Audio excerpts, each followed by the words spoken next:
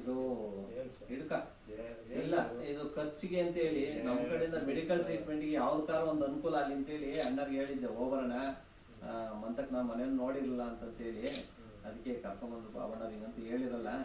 ನನಗೆ ನಿಮ್ಗೆ ಹುಷಾರಾಗ್ಬೇಕು ಅಷ್ಟೇನೆ, ಯಾಕೆಂದ್ರೆ ನಾವು ಎದ್ದು ಬಿದ್ದು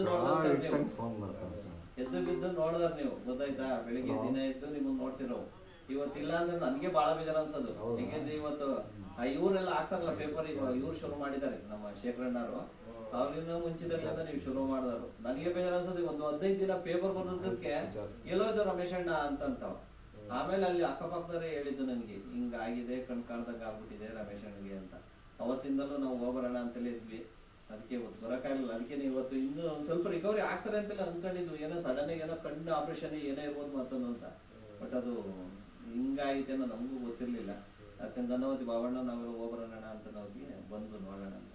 ಅಣ್ಣ ನಿಮ್ಗೆ ಏನೇ ಬೇಕಂದ್ರೆ ಇನ್ನೂ ಬೇಕಂದ್ರೆ ಸಹಾಯ ಕೇಳಿ ನಾವು ಮಾಡೋಣ, ಅನುಕೂಲ ಆಗ್ಬೇಕು ಅಷ್ಟೇನೆ, ನೀವು ಚೆನ್ನಾಗ್ರಿ ಅಷ್ಟೇನೆ. ಎಲ್ಲಿಗಾರ ಇನ್ನೊಂದ್ಸರಿ ತೋರ್ಸ್ಕೊ ಬನ್ನಿ ಟ್ರೀಟ್ಮೆಂಟ್ಗೆ, ಯಾಕಂದ್ರೆ ಬೇರೆ ಈಗ ಅಣ್ಣಾರು ಹೇಳ್ದಂಗೆ ಬೇರೆ ಕಡೆ ಇದಾರೆ ಅಂತಂದಾಗ ಒಂದ್ಸರಿ ತೋರ್ಸೋದು ಉತ್ತಮ ಅನ್ಸುತ್ತೆ.